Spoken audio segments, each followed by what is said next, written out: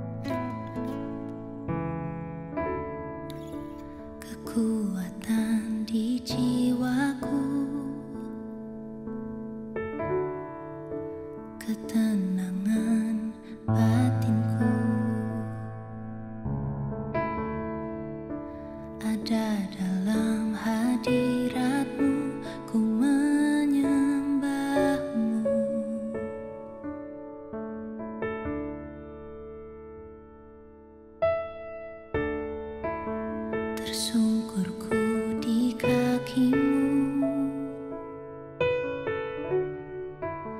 rasakan hadiratmu. Takkan ku melepaskanmu, kau cahaya bagiku. Mengiringmu seumur hidupku, masuk dalam rencanamu Bapa. Pikiranku, kehendakku, ku serahkan padamu. Harapanku hanya di dalam-Mu. Ku kan teguh bersama-Mu Tuhan. Jadikanku bejana-Mu untuk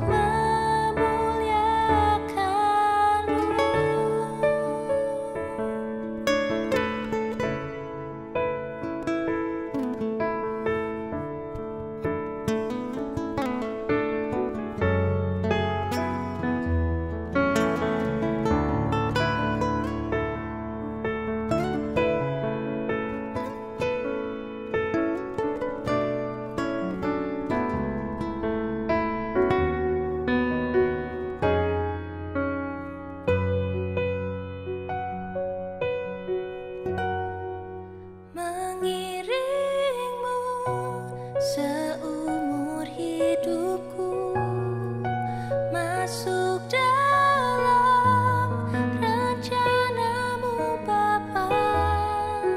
Pikiranku, kehendakku, ku serahkan padamu.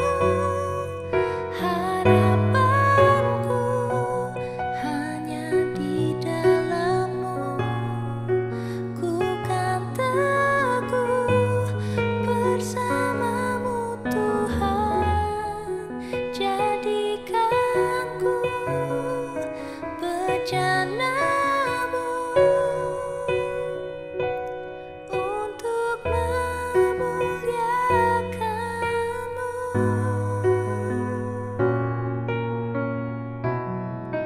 Jadikanku bejana-Mu untuk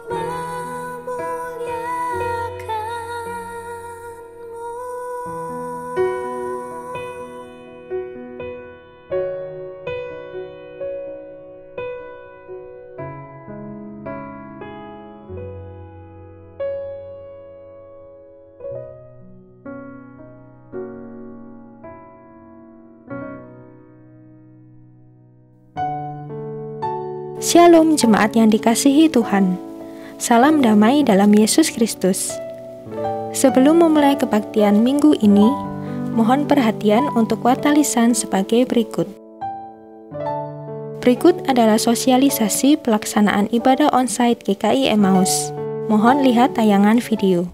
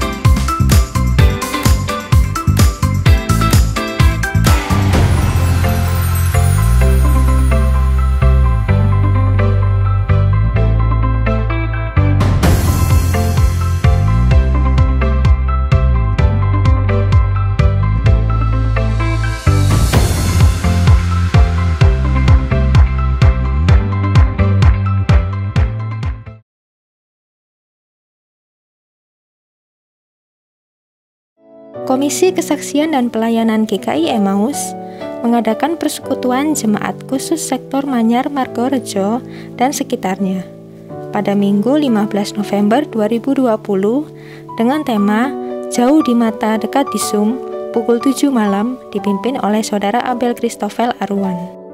Kegiatan ini dilakukan secara online menggunakan aplikasi Zoom.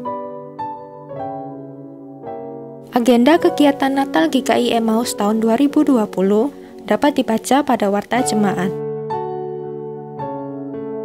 GKI Emmaus membuka lowongan pekerjaan untuk posisi kepala rumah tangga.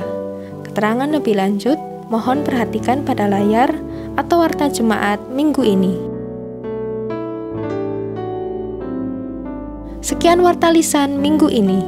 Selamat beribadah, Tuhan Yesus memberkati.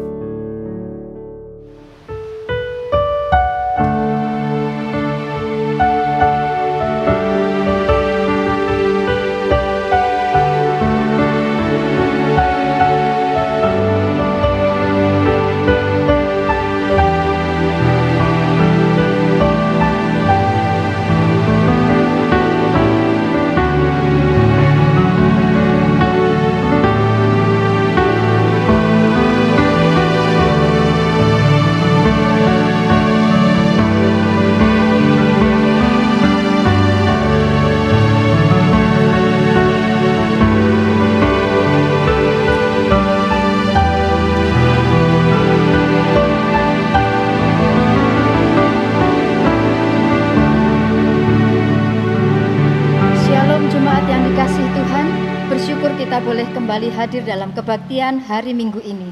Mari dengan bangkit berdiri, kita meyakini bahwa Tuhan Allah hadir pada saat ini, di sini dan dimanapun saudara berada.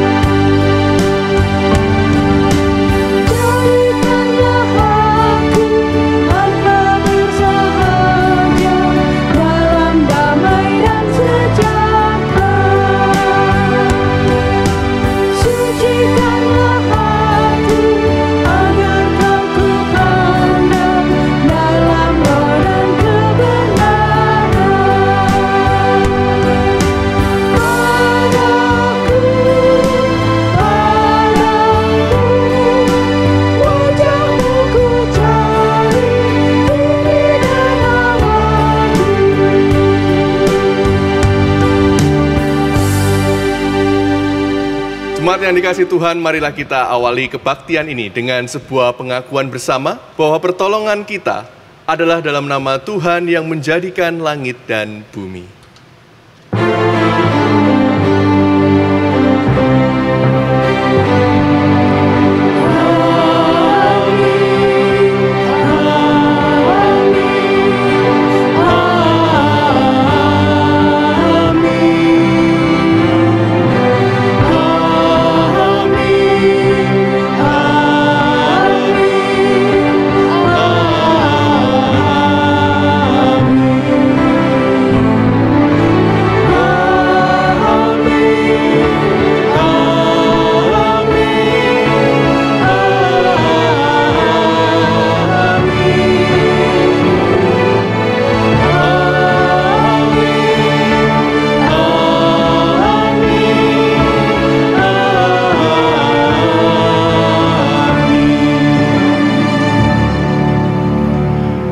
Salam sejahtera bagi saudara di dalam kasih dan karunia baik Tuhan. Tuhan beserta saudara.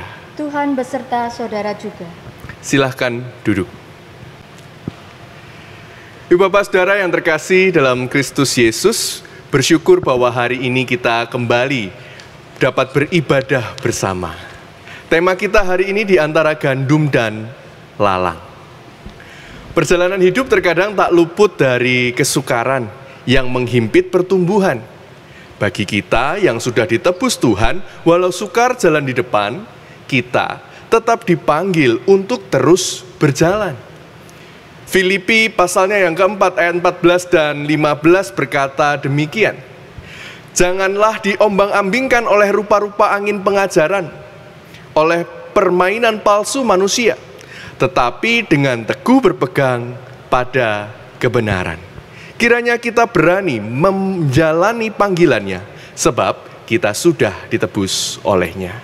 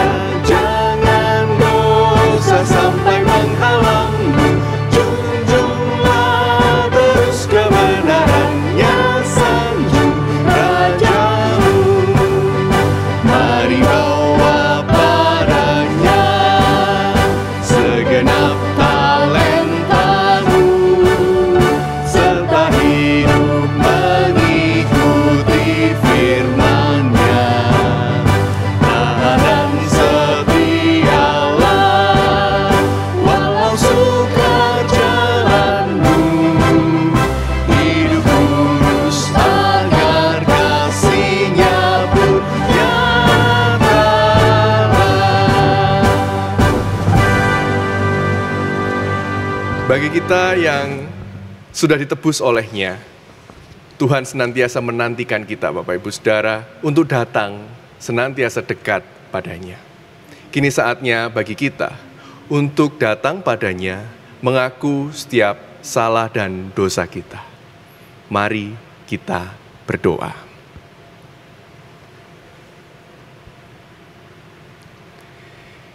Yalah Bapa kami yang bertahta di sorga yang maha tinggi.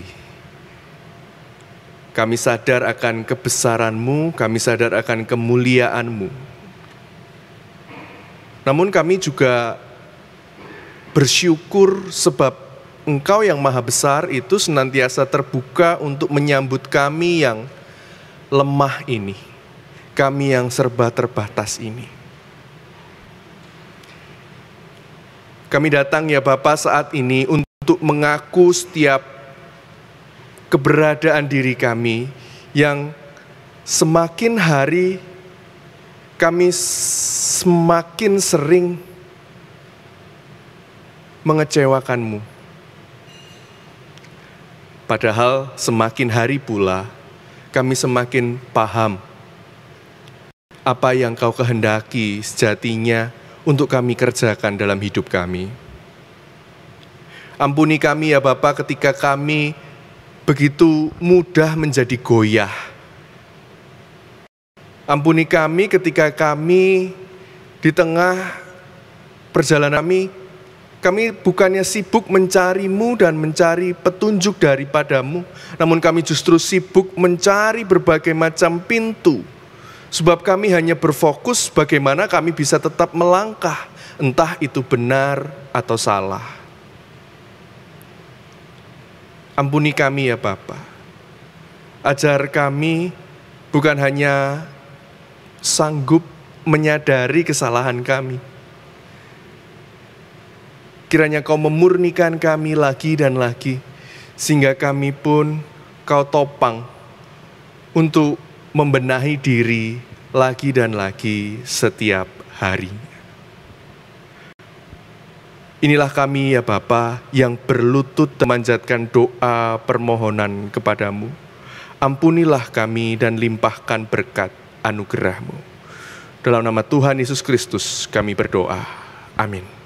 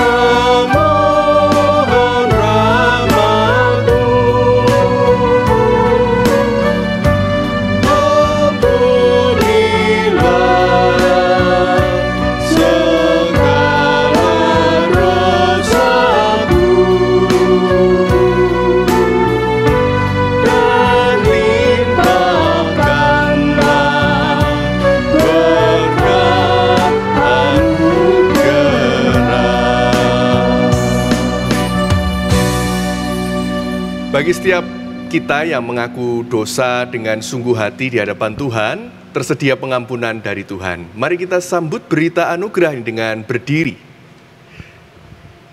Berita anugerah hari ini diambil dari 1 Yohanes pasalnya yang kedua, ayatnya yang ke-17. Dan dunia ini sedang lenyap dengan keinginannya, tetapi orang yang melakukan kehendak Allah tetap hidup selama-lamanya. Demikianlah berita anugerah dari Tuhan. Syukur kepada Allah. Salam damai bagi kita semua.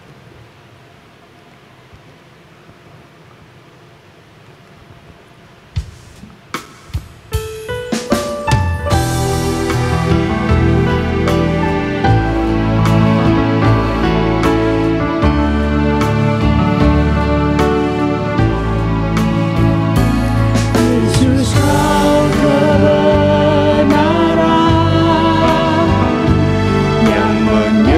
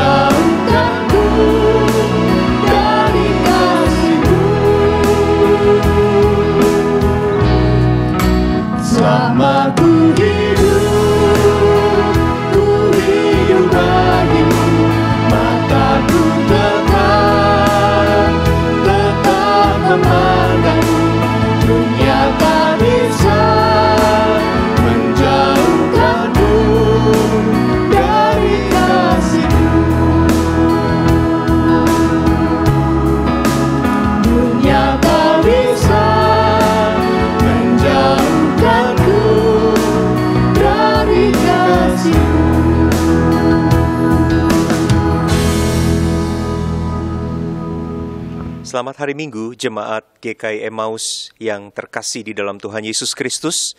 Mari kita bersama-sama siapkan hati kita untuk menerima pemberitaan firman Tuhan. Mari kita berdoa. Bapa di dalam surga, kami datang kepadamu Tuhan pada hari ini. Kami bersyukur untuk pemeliharaan Tuhan di dalam kehidupan kami. Kami merasakan campur tangan Tuhan setiap hari, sehingga kami boleh ada sebagaimana kami ada pada hari ini. Hari ini kami akan membaca dan merenungkan kebenaran firman Tuhan. Biarlah kiranya Engkau menolong dan memampukan kami untuk dapat memahami kebenaran firman-Mu ini, dan melihat firman Tuhan dan merenungkannya di dalam kehidupan kami di tengah-tengah dunia ini. Tuhan, bersabdalah kepada kami rindu untuk diberkati dengan firman-Mu. Di dalam nama Tuhan kami Yesus Kristus, kami berdoa. Amin. Saudara-saudara yang kekasih di dalam Tuhan Yesus Kristus, pembacaan Alkitab pada hari ini terambil dari dalam dua bagian Alkitab di dalam Perjanjian Baru. Yang pertama, mari kita membuka Injil Matius patsalnya yang ke-13. Injil Matius patsalnya yang ke-13, ayatnya yang ke-24 hingga ayat yang ke-30, lalu kita lanjutkan ayat yang ke-36 hingga ayat yang ke-43. Injil Matius patsalnya yang ke-13, ayatnya yang ke-24 hingga ayat yang ke-30, lalu kita lanjutkan pada ayat yang ke-36 hingga ayat 43. Perumpamaan tentang lalang di antara gandum. Yesus membentangkan suatu perumpamaan lain lagi kepada mereka. Katanya, hal kerajaan sorga itu seumpama orang yang menaburkan benih yang baik di ladangnya. Tetapi pada waktu semua orang tidur, datanglah musuhnya, menaburkan benih lalang di antara gandum itu, lalu pergi. Ketika gandum itu tumbuh dan mulai berbulir, nampak jugalah lalang itu. Maka datanglah hamba-hamba tuan ladang itu kepadanya dan berkata, "Tuan, bukankah benih baik yang Tuan taburkan di ladang Tuan?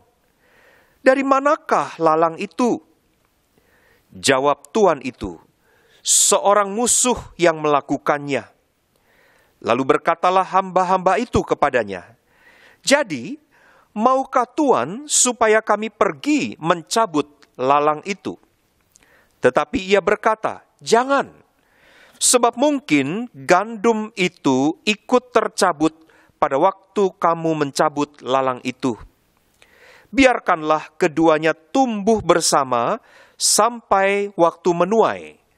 Pada waktu itu aku akan berkata kepada para penuai, kumpulkanlah dahulu lalang itu, dan ikatlah berberkas-berkas untuk dibakar. Kemudian kumpulkanlah gandum itu ke dalam lumbungku."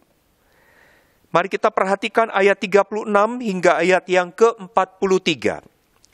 Penjelasan perumpamaan tentang lalang di antara gandum. Maka Yesus pun meninggalkan orang banyak itu lalu pulang. Murid-muridnya datang dan berkata kepadanya, "Jelaskanlah kepada kami perumpamaan tentang lalang di ladang itu." Ia menjawab, katanya, "Orang yang menaburkan benih baik ialah Anak Manusia. Ladang ialah dunia. Benih yang baik itu anak-anak kerajaan, dan lalang anak-anak si jahat. Musuh yang menaburkan benih lalang ialah iblis. Waktu menuai ialah akhir zaman, dan para penuai itu malaikat.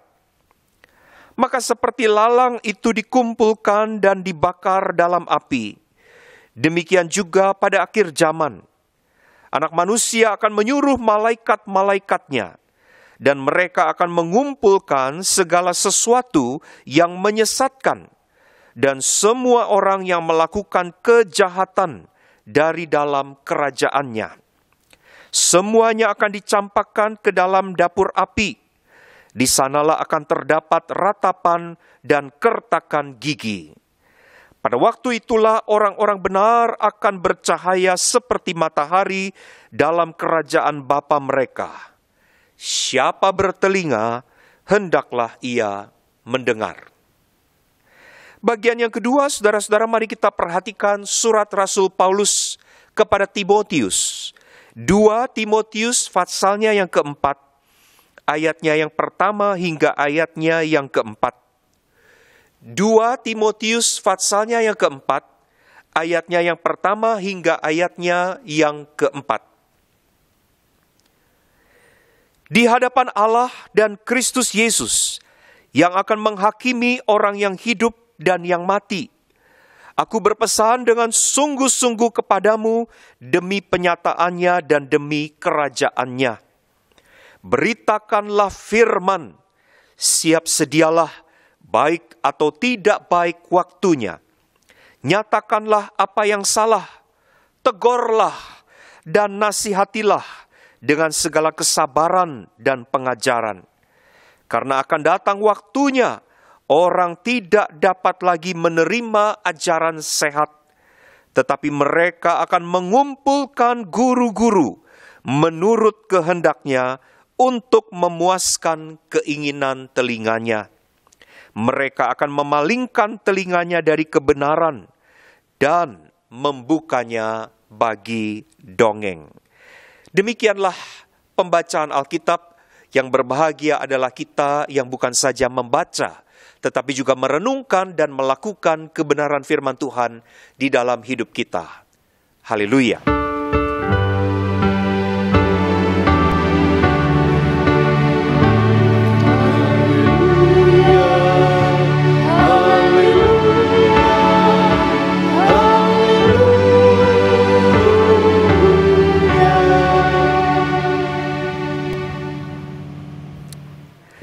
Saudara-saudara yang kekasih di dalam Tuhan Yesus Kristus, salah satu pergulatan teologis di dalam masalah teodisi adalah memahami adanya masalah kejahatan yang ada di dalam dunia ini dan kejahatan yang terus-menerus berkembang dari waktu ke waktu. Sementara di sisi yang lain, saudara-saudara, ada Allah yang Maha Kudus. Ada Allah yang Maha Tahu, ada Allah yang Maha Benar, ada Allah yang Maha Kuasa. Pergumulannya adalah begini, saudara-saudara. Mengapa Allah membiarkan begitu saja kejahatan terjadi dan terus berkembang-kembang di tengah-tengah dunia ini? Bahkan seringkali, saudara-saudara, pelaku-pelaku kejahatan nampak lebih unggul. Pelaku-pelaku kejahatan seolah-olah kelihatannya lebih beruntung, lebih mujur daripada orang-orang yang mencoba untuk setia dan bertahan hidup di dalam kebenaran. Saudara, jika Allah itu Maha Kudus, mengapa Ia membiarkan hal-hal yang berbau busuk terjadi dan terus merajalela? Itu yang menjadi pertanyaannya, saudara-saudara. Jika Allah itu adalah Allah yang Maha Tahu, mengapa Ia tidak mencegah dan menggagalkan semua rencana jahat yang direncanakan di dalam hati dan pikiran manusia? Jika Allah itu Maha Benar, mengapa Ia mentoleransi segala bentuk perbuatan yang tidak benar terus berkembang dan bertambah subur hingga pada hari ini? Jika Allah itu Maha Kuasa, mengapa Ia tidak segera turun tangan untuk melenyapkan, untuk meluluh lantahkan semua orang-orang jahat yang melakukan banyak kekacauan di dunia ini? Saudara-saudara, teodisi merupakan suatu upaya untuk menyelaraskan keberadaan dan hakikat dari Allah dengan realita kejahatan di dunia ini, dengan memberikan satu keterangan yang valid mengenai hal-hal tersebut. Saudara, pendek kata, persoalan teodisi adalah persoalan untuk mencoba memahami bagaimana Allah dan sifat-sifat Allah jika diperhadapkan dengan realita adanya kejahatan-kejahatan yang kita lihat atau yang mungkin kita alami di dalam hidup kita di dunia ini. Saudara, setidaknya ada dua pandangan yang seringkali berkembang di dalam percakapan teodisi di kalangan teolog Kristen. Yang pertama-tama, saudara-saudara, adalah teodisi yang digagas oleh Agustinus, seorang bapak gereja, saudara-saudara. Teodisi Agustinus menyatakan demikian: Allah menciptakan dunia ini dari nol, dari kehampaan, atau yang di dalam bahasa Latin dikenal dengan istilah ex nihilo, keluar dari sesuatu yang tidak ada, dari sesuatu yang nihil, dari kehampaan. Allah yang menciptakan segala sesuatu dari kehampaan, dikatakan oleh Agustinus, tidak menciptakan kejahatan. Dan oleh karenanya Allah tidak bertanggung jawab dengan munculnya kejahatan di tengah-tengah kehidupan. Kejahatan menurut Agustinus tidak dianggap muncul dengan sendirinya, melainkan kejahatan terjadi karena hilangnya kebaikan, yaitu rusaknya ciptaan Allah yang jatuh ke dalam dosa di dalam kebebasan kehendaknya. Dengan kata lain, saudara-saudara, Agustinus mengatakan bahwa kejahatan itu bukanlah menjadi tanggung jawab dari Allah, karena Allah tidak menciptakan kejahatan itu. Kejahatan itu muncul karena ciptaan Allah sudah kehilangan kebaikan Allah. Dan manusia yang sudah kehilangan kebaikan Allah itu, saudara-saudara, kemudian memilih untuk melakukan dosa di dalam kebebasan kehendaknya. Dan kemudian terjadilah, berkembanglah, merajalelalah kejahatan di tengah-tengah dunia ini. Pandangan yang kedua, saudara-saudara, adalah pandangan yang juga digagas oleh seorang bapak gereja yang bernama Irenaeus. Saudara-saudara, berbeda dengan pandangan Agustinus, Irenaeus menggambarkan Allah sebagai pribadi yang bertanggung jawab. Bertanggung jawab dalam arti, saudara-saudara, Allah berdaulat, Allah pegang kendali atas realitas-realitas kejahatan di tengah-tengah dunia ini. Tetapi, saudara-saudara, hal itu diizinkan Allah karena Allah mempunyai maksud dan rencana di balik pembiaran akan kejahatan-kejahatan yang terjadi itu.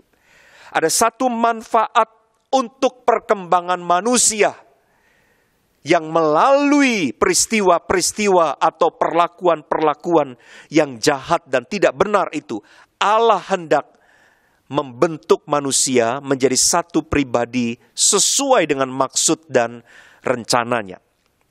Saudara-saudara, apapun pendekatan untuk memahami masalah teodisi yang mungkin saudara-saudara punya sudut pandang atau punya penekanan yang berbeda-beda, dan menurut saya kita tidak perlu jatuh kepada debat kusir yang berkepanjangan tentang perbedaan sudut pandang dan penekanan dari dua bapak gereja ini. Tetapi ada satu hal yang tetap sama di dalam dua pandangan yang diungkapkan oleh dua bapak gereja ini. Satu hal yang tetap sama yaitu adalah bahwa realitas kejahatan itu ada. Baik Agustinus maupun Irenaeus mau mengatakan bahwa kejahatan atau peristiwa-peristiwa yang tidak benar ada dan berkembang-kembang di tengah-tengah kehidupan di dunia ini. Bahkan saudara-saudara, kejahatan seringkali dirasakan menguasai orang-orang yang benar. Kejahatan seringkali terlihat berjaya di atas kebenaran. Nah, saudara-saudara, lalu bagaimana kita menyikapi masalah kejahatan atau ketidakbenaran yang merajalela di dalam kehidupan ini. Akankah kita terus mempertanyakan ketidakmengertian kita untuk memahami kenyataan ini dengan pertanyaan why? Akankah setiap kita akan terus bertanya, kenapa Tuhan ada kejahatan? Mengapa Tuhan Engkau membiarkan realita kejahatan ada dan berkembang-kembang? Apakah kita akan terus bertanya, mengapa? Saudara-saudara, melalui bagian Alkitab yang kita baca pada hari ini, kita diajak untuk memahami apa sesungguhnya yang sedang dilakukan oleh Allah. Di balik fenomena-fenomena yang sulit untuk dipahami oleh manusia. Sesungguhnya saudara-saudara, Allah kita seperti Alkitab katakan, penjaga Israel tidak pernah terlelap dan tidak pernah tertidur. Sesungguhnya saudara-saudara, Allah kita sedang bekerja di balik fenomena-fenomena yang mungkin sampai hari ini tidak pernah mampu untuk kita pahami secara tuntas dengan akal pikiran kita. Saudara-saudara, bacaan Alkitab yang kita baca khususnya di dalam Injil Matius pada pagi ini, saudara-saudara, memperlihatkan kepada kita ada beberapa hal untuk kita perhatikan dan kita renungkan. Yang pertama, saudara-saudara, bahwa dikatakan di dalam perumpamaan itu, Allah sang pemilik ladang tahu akan realitas kejahatan atau ketidakbenaran di tengah-tengah dunia ini. Allah, sang pemilik ladang, mengerti, Allah tahu adanya realitas kejahatan atau ketidakbenaran di dalam dunia. Saudara, perhatikan perkataan Tuhan Yesus ketika dikatakan di dalam Injil Matius, dia membentangkan satu perumpamaan lain kepada murid-muridnya setelah sebelumnya di sebelum perikop yang kita baca, di situ dikatakan sebuah perumpamaan tentang penabur. Satu perumpamaan yang mungkin sering kita baca dan kita renungkan, saudara-saudara. Setelah Tuhan Yesus menjelaskan perumpamaan tentang penabur, kemudian dia mengungkapkan sebuah perumpamaan yang lain lagi. Nah, saudara-saudara, Yesus memulai perumpamaannya dengan perkataan demikian. Hal kerajaan sorga itu seumpama. Saudara, ini menarik, saudara-saudara, karena Tuhan Yesus mengawali perumpamaan itu dengan mengatakan bahwa sesungguhnya perumpamaan ini berbicara tentang kerajaan sorga. Saudara, apa artinya kerajaan sorga? Atau yang di dalam Alkitab juga sering dipakai istilah kerajaan Allah. Saudara-saudara, ketika dipakai kata kerajaan, sesungguhnya yang Yesus hendak tekankan bahwa di dalam kerajaan sorga atau kerajaan Allah, Allah lah, Tuhanlah yang menjadi raja. Tuhanlah penguasa. Tuhanlah yang berdaulat. Tuhanlah yang menguasai segala sesuatu. Maka saudara-saudara, ketika di dalam kisah perumpamaan itu dikatakan ada orang, saudara-saudara, yang disebut sebagai musuh dari pemilik ladang, yang kemudian pada malam hari ketika orang sedang tidur menaburkan benih lalang di tengah-tengah ladang itu. Selang beberapa waktu kemudian ketika benih gandum itu bertumbuh, tumbuh juga terlihat lalang yang sudah bertumbuh itu. Saudara-saudara, ketika hamba-hamba dari pemilik ladang itu melihat hal tersebut, mereka datang kepada sang tuan lalu berkata dan bertanya kepada sang tuan, bukankah benih baik yang tuan taburkan di tengah-tengah ladang tuan? Lalu apa, saudara-saudara, jawab dari sang tuan pemilik ladang? Dari manakah datangnya benih lalang itu? Ternyata sang tuan menjawab dengan begitu tegas. Seorang musuh melakukannya. Artinya, saudara-saudara, sang tuan itu mengetahui dengan persis siapa yang menaburkan benih lalang itu. Sang Tuhan, saudara-saudara, bahkan tidak terkejut, tidak kaget, saudara-saudara, dengan laporan dari hamba-hambanya yang mengatakan ada lalang yang bertumbuh di tengah-tengah ladang itu.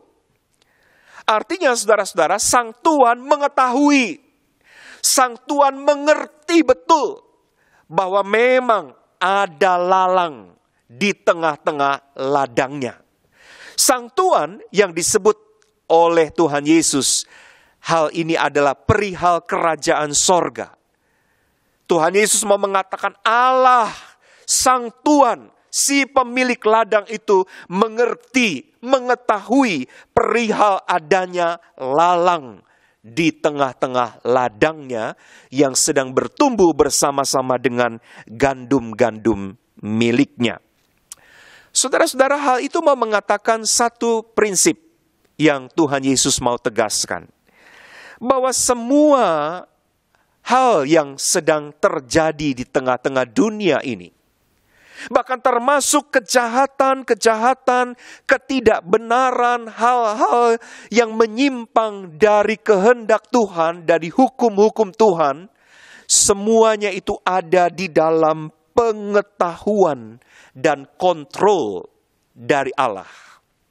Tidak ada hal yang tidak diketahui oleh Allah. Tidak ada kejahatan yang dilakukan oleh si jahat dan oleh manusia, saudara-saudara, yang tersembunyi dari pengetahuan Allah.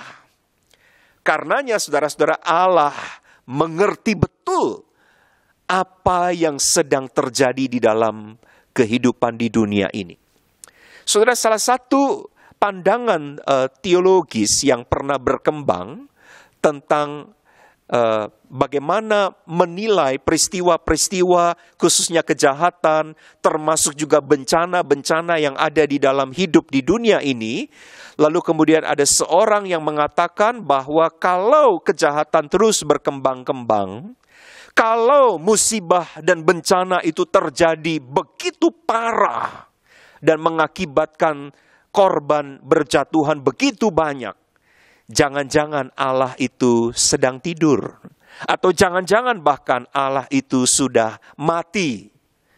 Saudara-saudara, pandangan itu mau mengatakan seolah-olah Allah yang tidur itu tidak tahu apa yang sedang terjadi di dalam dunia.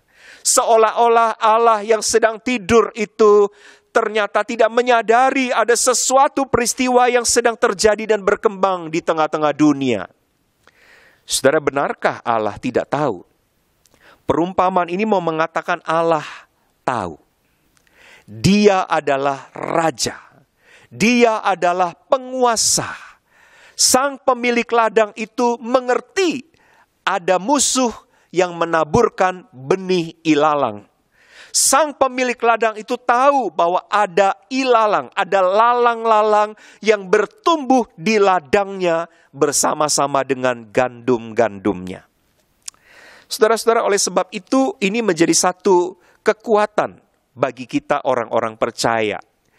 Bahwa apapun yang sedang terjadi di dalam hidup kita dan hidup di tengah-tengah dunia ini, tidak ada hal yang tidak diketahui oleh Tuhan.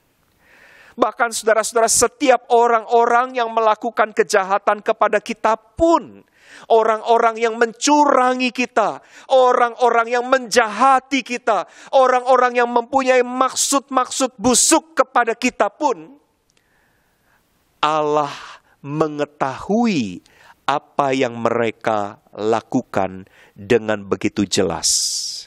Saudara, karena itu ini menjadi satu penghiburan buat kita anak-anak Tuhan untuk senantiasa menyerahkan hidup kita di dalam tangan Allah yang mengetahui segala sesuatu. Ketika kehidupan nampaknya tidak adil, ketika ada orang-orang berbuat curang kepada saudara, ketika ada orang-orang yang berbuat yang tidak benar kepada saudara, mungkin rasanya itu tidak adil. Mungkin kita tidak mengerti dan kita terus protes. Mengapa Allah mengizinkan? Mengapa Allah berdiam diri? Mengapa Allah seolah-olah tidak tahu apa yang sedang terjadi pada diriku? Saudara, tidak benar. Allah tahu. Allah mengerti. Yang kedua, saudara-saudara, yang kita pelajari di dalam perikop ini adalah tentang cara kerja lalang yang saya sebut dengan istilah subversif. Cara kerja yang diam-diam tidak terlihat, namun tumbuh bersama-sama dengan gandum. Saudara-saudara, perikop yang kita baca di dalam Injil Matius ini, di dalam perumpamaan ini Tuhan Yesus berkata khususnya pada ayat yang ke-25. Di situ dikatakan, tetapi pada waktu semua orang tidur. Saudara, frasa itu saudara-saudara mau mengatakan bahwa si musuh dari pemilik ladang itu menaburkan benih ilalang pada tengah malam. Ketika semua orang sedang tidur, ketika tidak ada orang yang sedang terbangun, terjaga. Artinya saudara-saudara, benih lalang itu ditaburkan dan tumbuh secara subversif. Diam, tidak terlihat, tidak nampak. Bahkan mungkin bagi sebagian orang tidak disadari. Diam-diam. Dan itu seolah-olah menyamar, dapat menyamar seperti bulir-bulir gandum. Saudara-saudara, kalau kita melihat apa yang dikatakan oleh Tuhan Yesus mengenai gandum dan lalang. Saudara-saudara, sepintas lalu kedua jenis tanaman ini, saudara-saudara, nampak sama. Jadi kalau orang yang mungkin tidak punya pengalaman yang cukup dalam tentang dunia tanaman atau di dalam ladang, mungkin tidak sadar bahwa itu adalah dua jenis tanaman yang berbeda. Sebab saudara-saudara, sepintas lalu itu nampak sama. Bahkan saudara-saudara, ketika benih gandum itu tumbuh dan mulai berbulir, mulai berisi, lalang pun juga demikian saudara-saudara. Hanya memang ada sedikit perbedaan.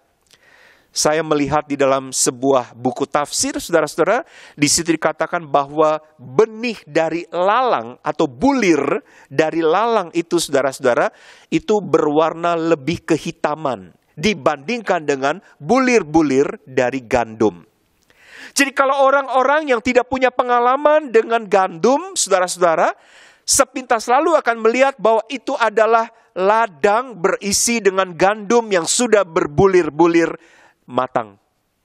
Padahal sesungguhnya saudara-saudara, di dalam ladang itu ada dua jenis tanaman. Gandum, tetapi juga ada lalang yang sepintas sama. Saudara-saudara, lalang ini ditaburkan dan tumbuh di dalam kesenyapan. Tidak ada orang yang tahu, tidak ada orang yang melihat.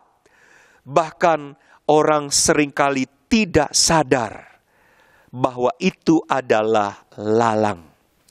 Tetapi saudara-saudara, di ayat yang ke-26, Tuhan Yesus berkata demikian, saudara-saudara. Ketika gandum itu tumbuh dan mulai berbulir, nampak jugalah lalang itu. Ketika gandum itu bertumbuh, nampak jugalah lalang itu. Lalang ini, saudara-saudara, tumbuh bersama-sama dengan gandum. Lalang ini, saudara-saudara, menjadi terlihat bersama-sama dengan gandum yang juga semakin terlihat. Saudara-saudara, kita melihat bahwa pertumbuhan dari lalang ini pasti dan bersama-sama dengan gandum itu. Artinya apa, saudara-saudara? Kalau kita melihat di dalam arti dari perumpamaan yang dipaparkan oleh Tuhan Yesus, yang menunjuk kepada gandum ini menunjuk kepada anak-anak kerajaan. Kalau kita perhatikan saudara-saudara, di dalam ayatnya di dalam Matius pasal yang ke-13, saudara-saudara, disebut bahwa benih dari gandum itu adalah anak-anak kerajaan, yaitu orang-orang percaya, anak-anak Allah. Tetapi juga lalang itu disebut dengan istilah anak-anak si jahat. Saudara-saudara, hal ini membawa kepada kita satu pemahaman bahwa ketika kita mencoba untuk hidup bersungguh-sungguh di hadapan Tuhan, ketika kita mulai bertumbuh di dalam komitmen iman kita kepada Tuhan, maka pada saat yang bersamaan, kejahatan, pada saat yang bersamaan, ketidakbenaran, pada saat yang bersamaan, ketidakadilan, juga bertumbuh bersama-sama dan seringkali saudara-saudara menyerang kehidupan kita.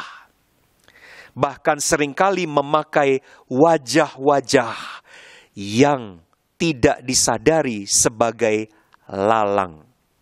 Saya ingin membawa prinsip ini saudara-saudara di dalam percakapan mengenai ajaran. Ya, lepas dari soal anak-anak Allah atau orang-orang percaya atau anak-anak si jahat, tetapi kita juga bisa melihat bagaimana prinsip ini juga berlaku di dalam masalah ajaran-ajaran yang berkembang. Saudara, ketika saudara mulai bertumbuh di dalam pengajaran firman Tuhan yang sehat, kita sadar saudara-saudara bahwa ketika kita bertumbuh di dalam pemahaman iman kita yang semakin kokoh di dalam Tuhan, sebagaimana yang diajarkan oleh firman Tuhan, kita tahu bahwa ada ajaran-ajaran yang tidak sehat, yang ternyata juga terus berkembang. Ketika kita mencoba untuk mengenal firman Tuhan dengan lebih sungguh, semakin deras juga ada ajaran-ajaran atau konsep-konsep yang mengaku ini juga adalah firman Tuhan, tetapi sesungguhnya saudara-saudara tidak demikian. Saudara, ada beberapa kesaksian dari orang-orang di masa pandemi ini yang berkata bahwa masa pandemi ini adalah blessing in disguise, atau seperti sebuah berkat yang tersembunyi, karena ternyata di masa pandemi ini saya banyak belajar Alkitab. Saudara, sudah tidak bisa disangkali bahwa webinar, kelas-kelas pembinaan, khotbah itu bisa diakses dengan begitu mudah. Bahkan satu hari Minggu, seorang jemaat itu bisa kebaktian di beberapa gereja, di beberapa tempat, di beberapa kota, atau di beberapa negara yang berbeda. Artinya saudara-saudara, akses kita untuk belajar firman, akses kita untuk mendalami firman Tuhan semakin terbuka luas. Dan kita mencoba, kita berupaya, kita melakukan bagian kita untuk bertumbuh di dalam pengenalan yang sehat akan firman Tuhan. Tetapi saudara-saudara, yang perlu kita sadari bahwa saudara-saudara, ketika kita mencoba untuk belajar mencari makanan yang sehat akan firman Tuhan, yang didasarkan atas kebenaran firman Tuhan itu, di luar sana saudara-saudara juga banyak ajaran-ajaran yang seolah-olah, yang nampaknya itu ajaran firman Tuhan, yang nampaknya ini adalah kebenaran firman Tuhan. Tetapi sesungguhnya saudara-saudara, apa yang hendak diberitakan bukanlah Tuhan dan firman-Nya, tetapi si pengkhotbahnya. Yang diberitakan bukanlah panggilan untuk menjadi murid Kristus yang memikul salib, tetapi yang diberitakan adalah tentang bagaimana mengikut Yesus dan merasakan kenyamanan, kemapanan di dalam mengikut Yesus.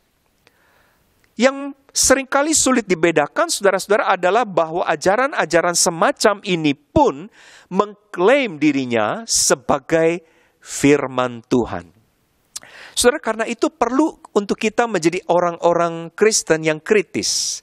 Di satu sisi kerinduan untuk bertumbuh, di satu sisi keinginan untuk terus mengenal Tuhan dan firman Tuhan baik. Tetapi di sisi lain kita tahu saudara-saudara bahwa lalang ini bertumbuh bersama-sama dengan gandum. Dan kita harus mengenali perbedaan yang sangat esensial antara lalang dengan gandum. Kita harus dengan peka dan kritis untuk menilai bahwa ajaran-ajaran dari firman Tuhan itu betul-betul adalah firman Tuhan, dan bukan hikmat manusia. Kalau kita membaca saudara-saudara di dalam tulisan Rasul Paulus yang tadi saya bacakan, di dalam 2 Timotius pasal 4, khususnya pada ayatnya yang ketiga, Paulus berkata begini kepada Timotius, akan datang waktunya orang tidak dapat lagi menerima ajaran sehat. Jadi kalau kita berpikir kenapa kok ada orang-orang Kristen yang masuk kepada pemahaman-pemahaman ajaran atau di dalam perilaku-perilaku tertentu.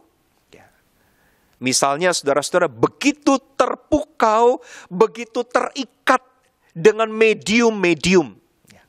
Bahkan misalnya roti perjamuan dari satu gereja itu dianggap lebih berkhasiat. Dan kemudian itu menjadi rebutan banyak orang untuk dibawa pulang bahkan.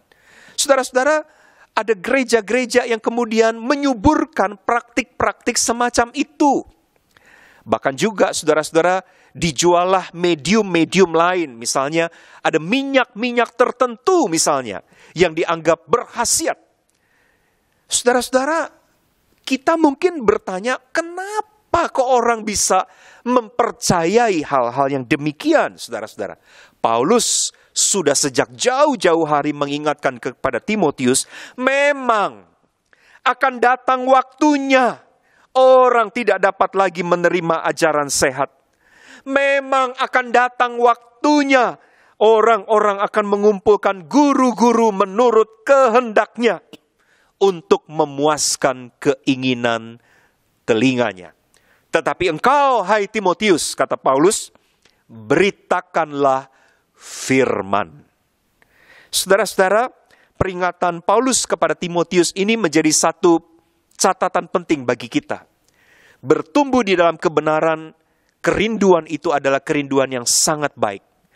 Tetapi satu sisi, kita harus dengan peka, harus dengan sensitif, membedakan manakah gandum dan manakah lalang itu. Yang ketiga, saudara-saudara, kita belajar dari bagian Alkitab yang kita baca pada hari ini bahwa Allah sang pemilik ladang tidak memisahkan benih baik dari hambatan dan himpitan lalang. Pemisahan baru terjadi pada waktu musim panen. Saudara, hamba-hamba dari sang Tuan pemilik ladang itu bertanya kepada Tuan demikian, maukah Tuan untuk kami kemudian mencabut lalang itu? Tetapi sang Tuan pemilik ladang dengan tegas berkata, jangan cabut lalang itu sekarang.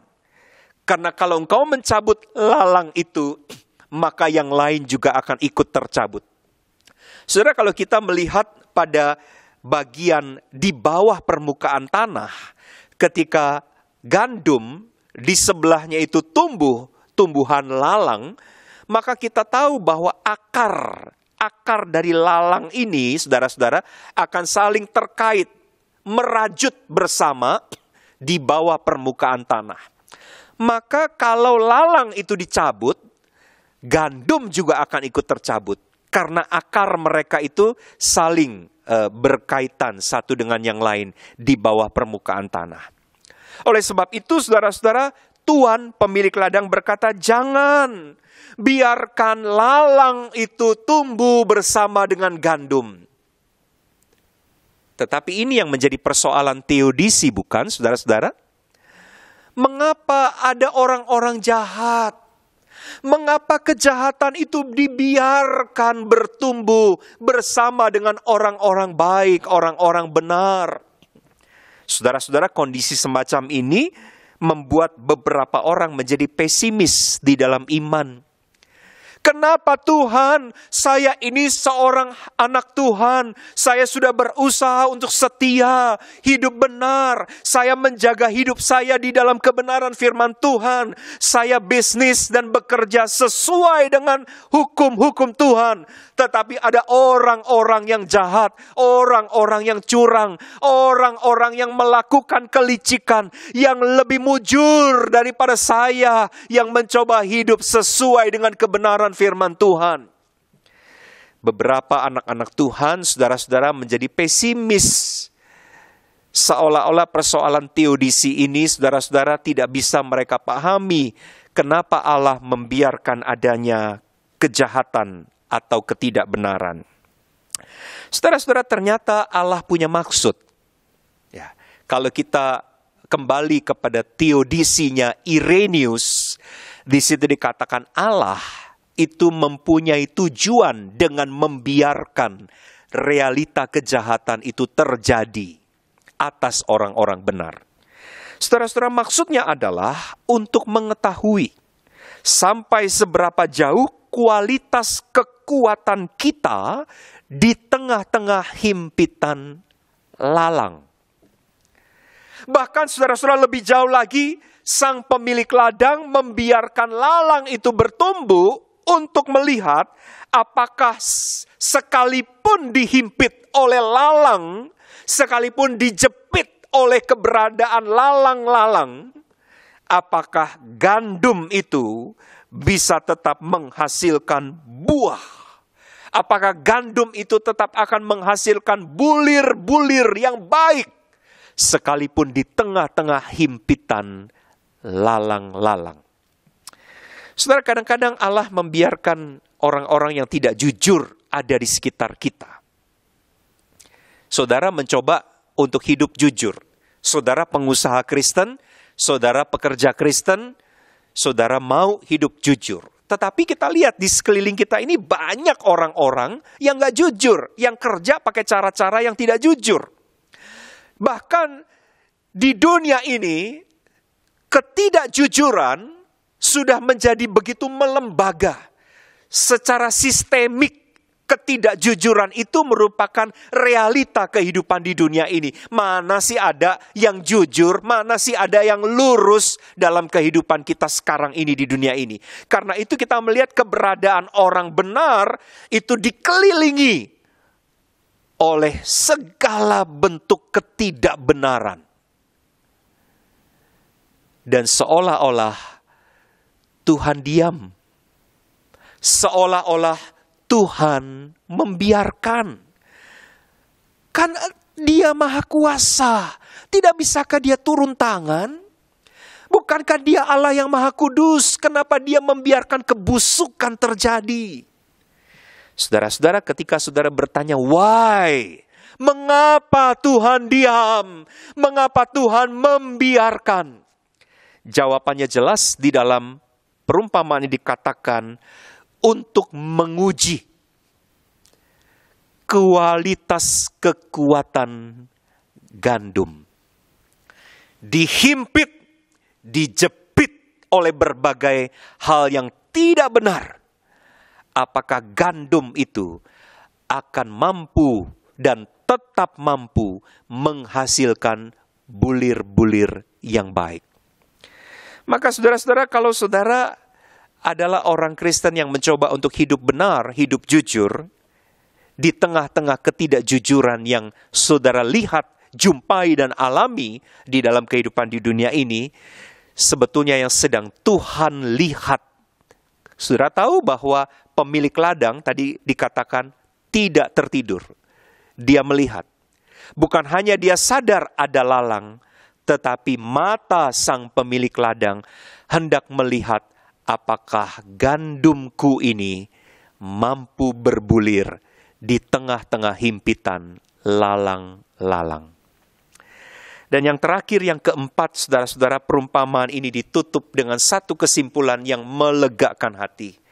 Di dalam ayatnya yang ke-30, Tuan pemilik ladang berkata, biarkanlah keduanya tumbuh bersama sampai waktu menuai. Pada waktu itu aku akan berkata kepada para penuai, kumpulkanlah dahulu lalang itu dan ikatlah berberkas-berkas untuk dibakar. Kemudian kumpulkanlah gandum itu ke dalam lumbungku. Pada akhirnya kebaikan akan menang atas kejahatan. Kebenaran akan jaya atas kefasikan. Keadilan akan unggul mengalahkan kelaliman. Kalau hari ini saudara adalah orang-orang Kristen yang komit untuk hidup benar, saudara mau menjadi pengusaha yang benar, saudara mau menjadi pekerja yang benar, saudara mau menjadi suami, menjadi istri yang benar, saudara mau menjadi mahasiswa, menjadi pelajar yang benar, yang betul-betul komit berjalan di jalan Tuhan. Saudara, satu hal yang Alkitab mau katakan, usaha kesungguh-sungguhan iman kita itu tidak akan pernah sia-sia. Sekarang mungkin terlihat bahwa orang yang fasik lebih unggul dari kita. Sekarang mungkin terlihat orang yang memakai cara-cara licik, cara-cara curang lebih beruntung daripada kita. Tetapi satu hal dikatakan oleh Tuhan Yesus, lalang itu akan diikat dan dicampakkan untuk dibakar ke dalam api. Tetapi gandum-gandum, yaitu gandum-gandum yang tetap tumbuh sekalipun dihimpit oleh lalang, yang tetap berbuah dan berbulir-bulir baik sekalipun ada di bawah tekanan dari lalang-lalang, akan dikumpulkan oleh Tuhan sang pemilik ladang, dibawa masuk ke dalam lumbungnya. Maka dengarlah perkataan Tuhan kepada kita, berbahagialah mereka yang setia sampai akhirnya. Kiranya Tuhan menolong kita, menguatkan dan memberkati kita. Amin. Mari kita berdoa, saudara-saudara. Kami bersyukur untuk kebenaran firman Tuhan yang boleh kami renungkan pada hari ini, Bapa. Kami berterima kasih karena Engkau adalah Allah penjaga kami, Allah Israel yang tidak pernah terlelap dan tidak pernah tertidur. Engkau mengetahui sesungguhnya lalang-lalang, kejahatan, ketidakbenaran, kelaliman, itu ada di tengah-tengah kehidupan di dunia ini. Tidak ada hal yang di luar pengetahuan-Mu. Engkau mengetahui dan melihat semuanya ya Tuhan.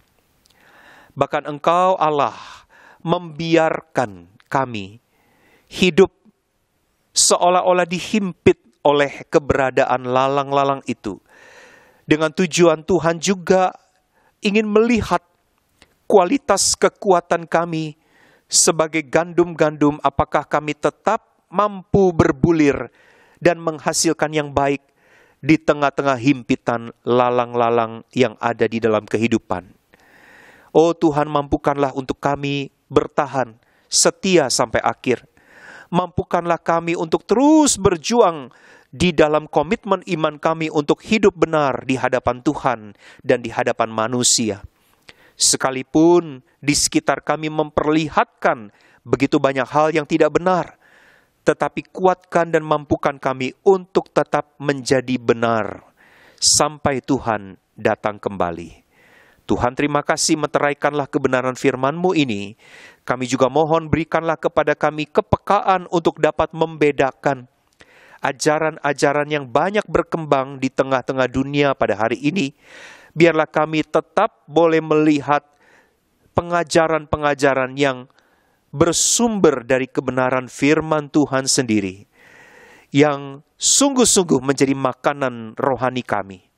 Buatlah kami untuk dengan peka dan di dalam kedewasaan, kami mampu dengan kritis untuk bisa memilah dan memilih ajaran-ajaran yang mungkin tidak lagi berfokus kepada Tuhan dan kepada firman Tuhan.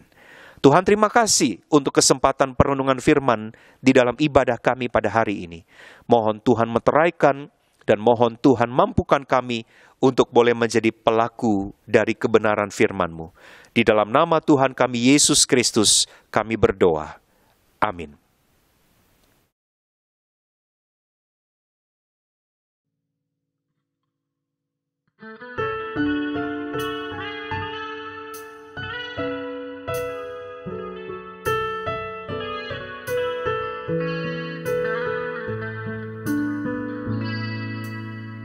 Berapa lama lagi kau lupakan?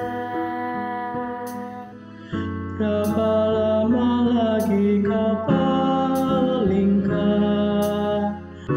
wajah penuh kasih dari hadapan. Berapa lama kau menanti? Haruskah aku merasa khawatir? Kau bersedih di sepanjang hari. Pandanglah kiranya dan jawablah aku, ya Tuhan pengharapanku. Buatlah mataku percaya, supaya janganlah ku tertidur dan lelah. Tambahkan hatiku untuk menanti fajar, menjelang esok dengan harapan. Tetapkanlah ku pada kasih-Mu, agar setiamu aku percaya. Hatiku bersuka sebab penebusan-Mu, ya Tuhan pengharapanku. Hatiku bersuka sebab penebusan-Mu, ya Tuhan pengharapanku.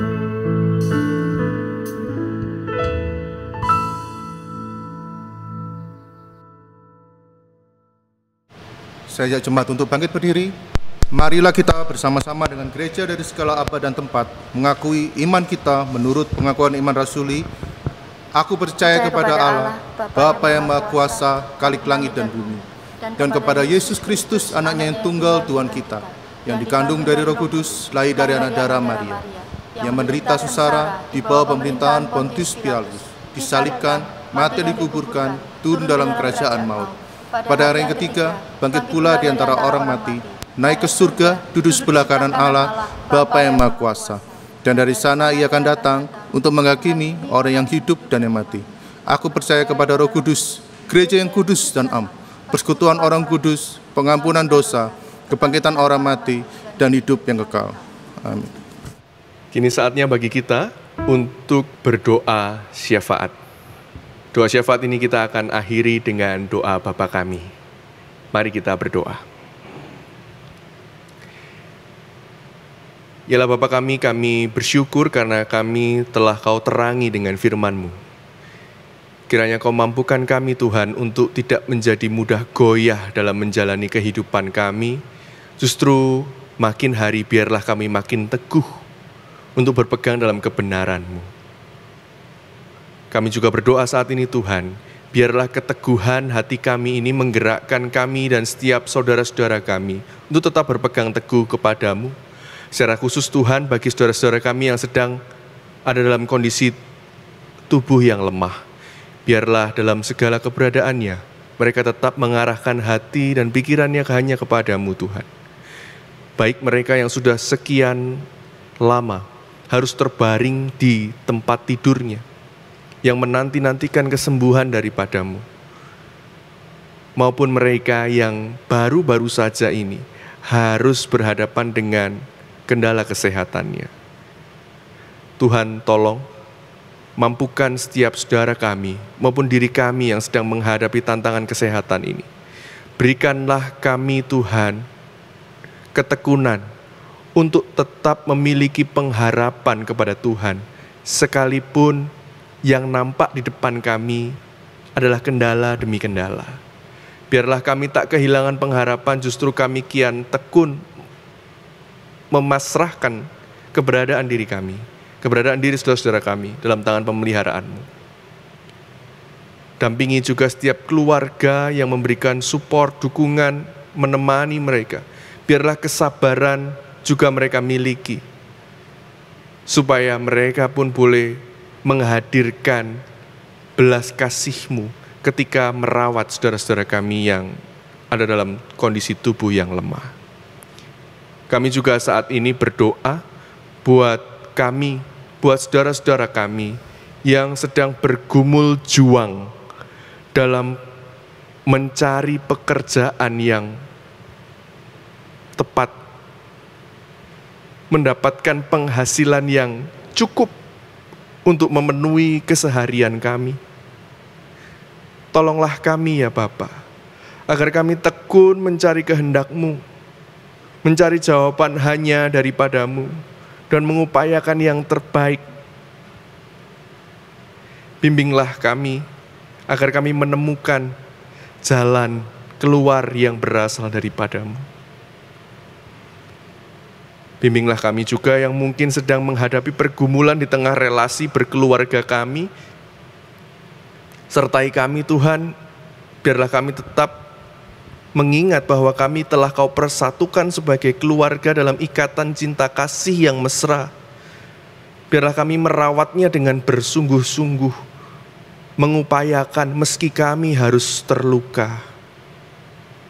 Mampukan saudara-saudara kami yang dalam pergumulan bersama dengan keluarga mereka. Kami juga serahkan ya Bapa, pergumulan gereja-gereja-Mu hari-hari ini. Kami bukan hanya GKI Emmaus mungkin yang harus terus mengupayakan bagaimana kami tetap terhubung satu dengan yang lain sebagai sebuah persekutuan cinta kasih. Bagaimana kami terus juga bukan hanya bersatu, berkumpul, tapi kami juga bisa berkarya nyata mempersaksikan kasih Tuhan di tengah dunia yang menantikan kasih-Mu ini. Bimbing kami ya Tuhan untuk senantiasa mampu secara kreatif beradaptasi dengan keadaan di sekitar kami. Peduli bukan hanya akan apa yang harus kami cukupkan bagi diri kami dan keluarga kami, tapi juga peduli akan apa yang dibutuhkan oleh lingkungan di sekitar kami. Kami juga berdoa bagi gereja-Mu secara khusus GKI Emmaus ini Tuhan, dalam masa-masa ini adalah masa-masa buat kami untuk menyiapkan diri memasuki masa pelayanan yang baru. Akan ada personalia, badan pelayanan dan majelis jemaat yang baru akan bergabung. Berkati setiap kami yang baru menyerahkan diri bergabung dalam kepengurusan, dalam kemajelisan. Biarlah hikmat daripada-Mu yang menuntun kami. Dan biarlah setiap kami boleh bekerja bersama-sama dan bekerja sama untuk tetap merawat dan membangun jemaat-Mu di tempat ini. Kami juga serahkan ya Bapa, keadaan kota dan negara kami yang sesaat lagi akan memasuki pemilihan umum daerah secara serentak di beberapa bagian di negara kami ini, termasuk kota Surabaya. Tuhan, biarlah kami mampu memilih pemimpin yang terbaik. Biarlah kami juga punya kepekaan untuk itu sebagai warga negara. Biarlah siapa saja yang kelak terpilih pun boleh benar-benar melayani rakyat, berjuang untuk membangun kota, membangun kabupaten, membangun bangsa ini, bukan membangun kerajaan bagi dirinya sendiri saja. Kami serahkan bangsa dan negara kami dalam upaya perjuangan pemulihan dari pandemi. Kiranya hikmat-Mu juga menuntun setiap orang yang harus mengambil keputusan, setiap tenaga kesehatan yang berjuang di rumah sakit maupun di balik layar di laboratorium-laboratorium yang terus memperjuangkan vaksin terbaik, obat terbaik untuk pandemi ini. Kiranya hikmat-Mu menuntun. Kami juga serahkan keadaan bumi kami. Biarlah bumi ini Tuhan boleh tetap menjadi tempat yang layak untuk kami hidupi. Tolong kami supaya kami juga turut memperjuangkan perawatan untuk bumi yang kami tinggali ini. Sehingga bumi ini bukan hanya layak untuk kami tinggali, tapi layak juga untuk kami wariskan kepada generasi penerus kami yang terus menyambut kedatangan-Mu kembali. Dalam tangan-Mu Tuhan, kami serahkan setiap doa, syafaat kami, dan kami ingin mengakhirinya dengan doa yang telah Kau ajarkan kepada kami.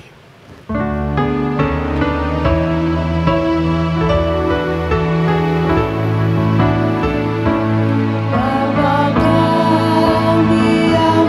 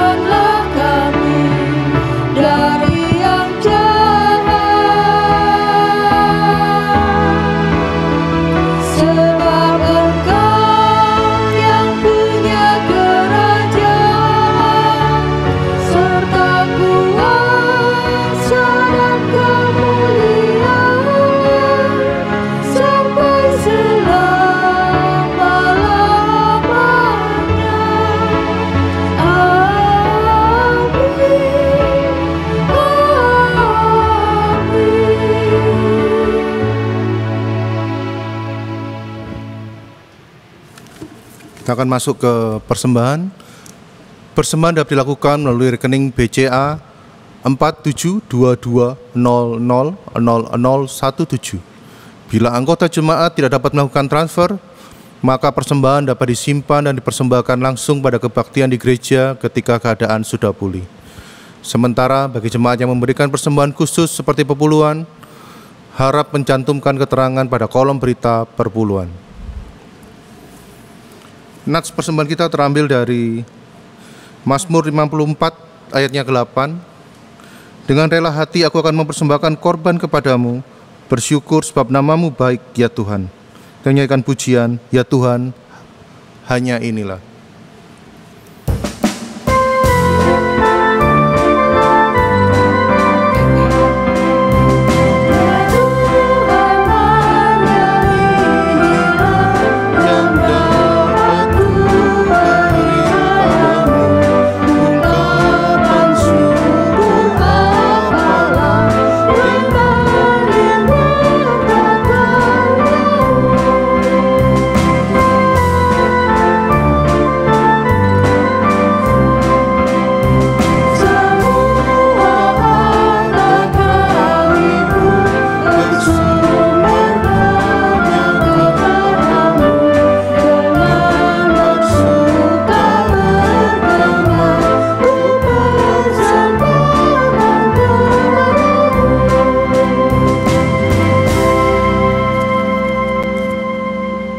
Mari kita bawa persembahan ini dalam doa.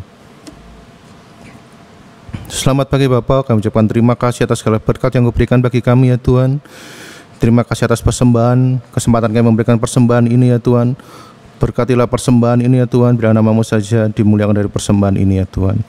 Kami juga berdoa untuk setiap majelis ataupun pengurus komisi yang akan mengelola persembahan ini. Berkati mereka, berilah hikmat dan kuasa-Mu saja. Terima kasih ya Tuhan. Kami serahkan segala yang dalam tangan-Mu saja. Amin.